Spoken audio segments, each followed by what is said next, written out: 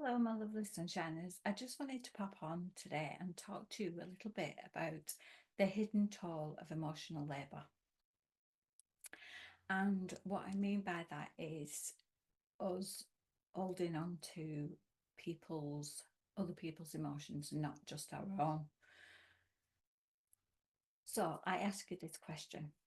Have you ever felt completely drained, not physically, but emotionally? Because you've spent the entire day managing other people's feelings. You've just took on board everybody else's feelings. And I just want you to know that you're not alone with this. This invisible effort is called emotional labour, and it's probably impacting your mental health more than you realise. And today I wanted to go undercover with what emotional labour is and why it's so exhausting, and most importantly, how to protect your emotional well-being so that you're not getting it all coming in at you and you soaking it all up. So hi again, sunshiners. I'm Cheryl, and I want to shine a light on a topic that doesn't get nearly enough attention, and that's emotional labour. And by the end of this video, you'll not only understand the hidden toll emotional labour takes on your mental health, but you'll also walk away with an actionable step to protect your peace. So let's dive in. So what is emotional labour? I mean, you probably think of it more as, having a lot of empathy, but that's not the same thing. Emotional labour is the effort that we put in to managing and regulating not just our own emotions, but also the emotions of others.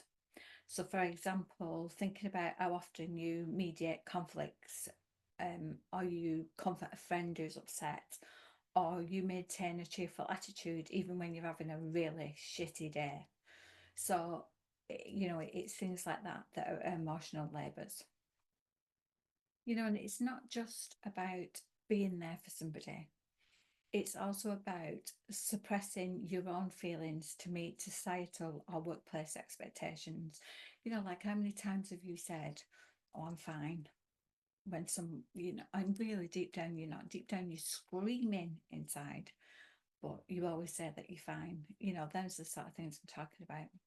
So I want you to imagine being the person who always has it together, and that all combined together is emotional labour. And while these efforts are well intentioned, they come at a cost. They come at a cost to us emotionally and physically to some extent. So, why is it so exhausting? Well, really, it speaks for itself, doesn't it?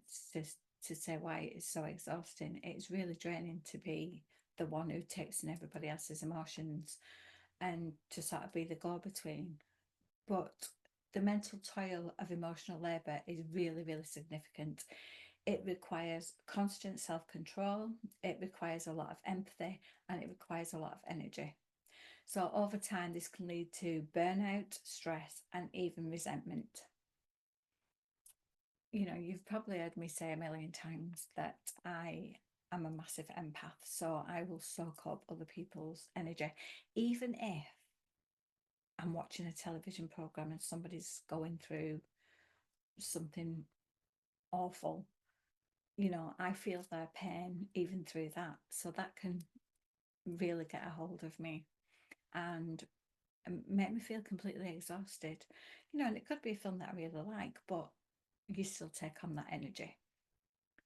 And the one big reason that we feel this way and that it is so draining is that it's often invisible. So, unlike physical labour, emotional labour isn't something people can see. So, it's rarely acknowledged or it's rarely appreciated. And you might even feel guilty for not needing a break from it. Does that really sound familiar to you? I know I always felt guilty if, I weren't there for everybody and I wasn't holding everybody's hand and making sure everybody else was all right. And when I did take a step back, the whole proverbial poop at the fan. So, you know, you've got to take care of yourself. That's really important. So for many of us, especially those in caregiver roles or high stress jobs, emotional labour becomes a default setting. So we just put that setting on and we just keep going and going and going. And here's the kicker. It's not just happening at work, it's in your family life, it's with your friends, it's sometimes even with casual interactions with people, like making small talk with strangers, to keep the peace and just to sort of make them feel a bit better in themselves. That can be really emotionally draining on you. So how do we protect our emotional well-being? And what is it that we can do about it? So I'm going to give you 3 simple steps to manage emotional labour and to protect your mental health. So the first thing is to recognise when it's happening. Start noticing the moments when you're putting your emotional labour on.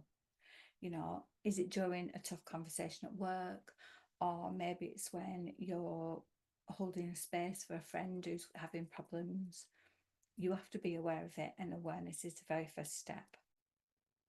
The second one is setting boundaries.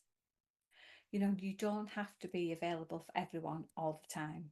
It's okay to say, I can't talk about this right now, or let's revisit this conversation later. Boundaries aren't just kind to you, they're necessary for your relationships to stay healthy. Because if you're constantly taking on everybody else's, baggage, then at some point you are going to burst.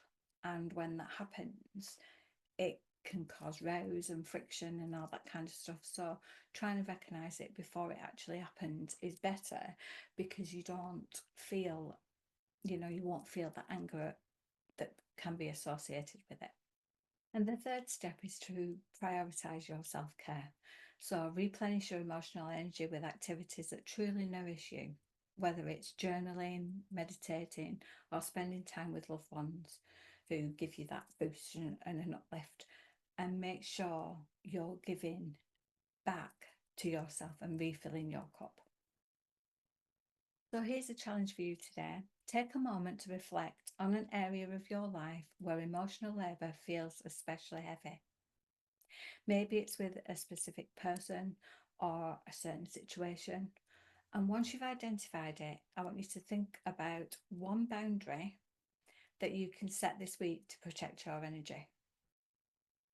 And if you're ready, you can share it in the comments below. And if you really would want some support around this, then you can always get in touch. I can put links, there's links everywhere that you can get in touch with me. And you don't have to be pouring from an empty cup. It's okay to prioritize your own mental health. If this video resonates with you, please like, share, or subscribe to join our community of Sunshiners. So until next time, take care of yourselves and shine on. Love you lots. Bye for now.